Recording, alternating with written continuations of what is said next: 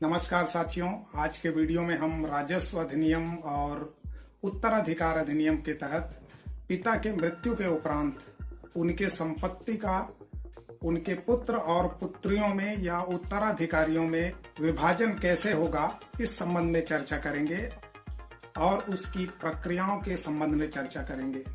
तो आइए शुरू करते हैं। युवा साथियों से विशेष अनुरोध है कि वे इस वीडियो को बिना स्किप किए पूरा अंत तक देखें।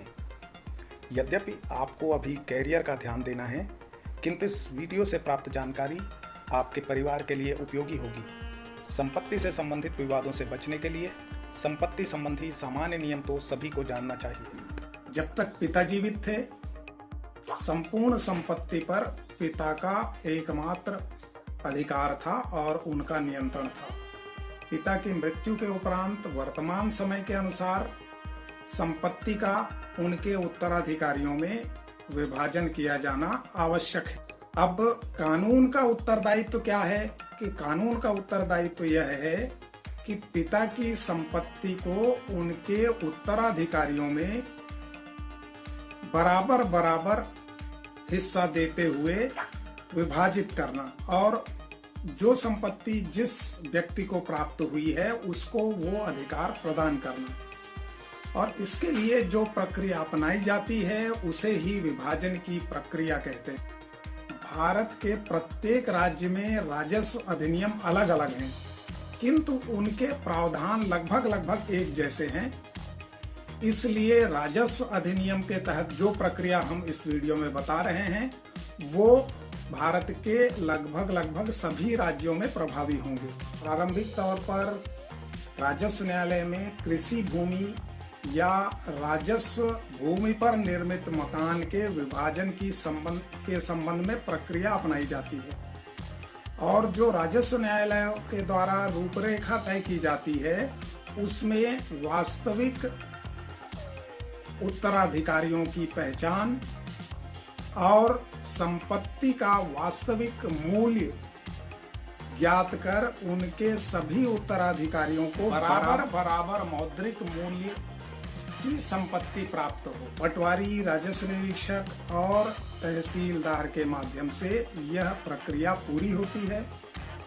राजस्व अधिनियम के लिए तहसीलदार का न्यायालय सक्षम न्यायालय माना जाता है। यदि कोई व्यक्ति बिना वसीयत लिखे उसकी मृत्यु हो जाए, यानी निर्वसीयती किसी की मृत्यु हो जाए, तो उसके उत्तराधिकार संबंधी प्रश्न का हल भारतीय उत्तराधिकार अधिनियम के तहत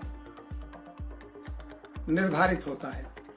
और उत्तराधिकार अधिनियम में जो उत्तराधिकारियों की श्रेणी दी गई हुई है उसके आधार पर निर्वसीयती व्यक्ति के संपत्ति का उत्तराधिकार तय किया। उत्तराधिकार अधिनियम के तहत उत्तराधिकारियों की श्रेणी विभाजित की गई है, जिसमें प्रथम श्रेणी के उत्तराधिकारी पुत्र, पुत्री, पत्नी, मां एवं अन्य निर्धारित किए गए हैं। यदि मृतक के यह प्रथम श्रेणी के अधिक उत्तराधिकारी न हो तब द्वितीय श्रेणी के उत्तराधिकारियों को संपत्ति हस्तांतरित होती है, जिसमें पिता, पुत्र के पुत्री का पुत्र एवं अन्य जो इस अधिनियम में दिया गया है उसके अनुसार से बांटे जाते हैं।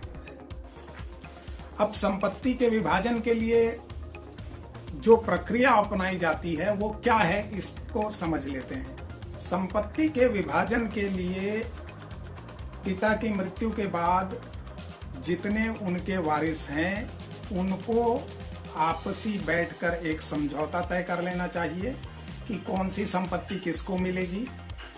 इसको एक कागज में लिख लेना चाहिए और विधिवत रूप से उसकी ड्राफ्टिंग कर किसको कितनी संपत्ति प्राप्त होनी है इसकी विधिवत ड्राफ्टिंग कर उसका पंजीकरण करा लेना चाहिए। पंजीकरण विलेख के पंजीकरण हो जाने के बाद बंटवारा के संबंध में या पिता की संपत्ति के उत्तराधिकारियों के बीच में विवाद होने की संभावना बहुत कम हो जाती है। न्यायालय में जब बंटवारा के लिए कोई वाद प्रस्तुत होता है तो उसकी प्रक्रिया किस प्रकार से प्रारंभ होती है, इसके संबंध में भी जान लें।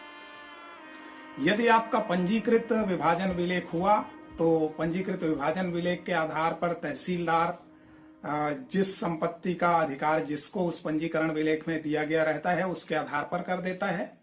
और यदि पंजीकृत विभाजन विलेख निष्पादित नहीं हुआ है तो जो प्रक्रिया होती है वो थोड़ी लेंदी हो जाती है। उसमें कुछ दस्तावेजों की आवश्यकता पड़ती है और आपको उत्तराधिकारी होने के संबंध में साक्ष्य प्रस्तुत करने होते हैं। राजस्व न्यायालय में संपत्ति के बंटवारे के संबंध में जो वाद प्रस्तुत होता है उसमें राजस्व न्यायालय यह निर्धारित करती है कि उस संपत्ति का जो विभाजन है वो बराबर बराबर हो। कई बार यह देखा जाता है कि कोई संपत्ति का एक भाग सड़क से लगा हुआ है और दूसरा हिस्सा सड़क से काफी दूर है। ऐसी स्थिति में राजस्व न्यायालय यह निर्धारित करती है कि प्रत्येक हिस्सेदार को बराबर बराबर मौद्रिक मूल्य की संपत्ति प्राप्त हो। यदि सड़क से लगी हुई संपत्ति है तो उसकी कीमत ज्यादा होगी और सड़क से दूर कोई संपत्ति है तो उसकी कीमत कम होगी। ऐसी स्थिति में तहसीलदार हिस्सेदारों या उत्तराधिकारियों के साथ बैठकर इस बात को निर्धारित करता है, स्वयं बैठेगा या पटवारी के द्वारा इस कार्य को निष्पादित करवाएगा, जिसमें प्रत्येक हिस्सेदार को बराबर मूल्य की संपत्ति प्राप्त हो। यदि इन सभी परिस्थितियों के बावजूद भी उत्तराधिकारियों के बीच कोई विवाद उत्पन्न हो जाता है तब उस विवाद को सिविल न्यायालय निर्धारित करती है। राजस्व न्यायालय में ऐसे विवादों का निपटारा नहीं हो सकता। सिविल न्यायालय भी प्रयास यह करती है कि पहले तो जो सुलह से संबंधित प्रक्रिया है उसको अपनाया जाए, आपसी समझौता करके ये लोग इसको निपटा लें।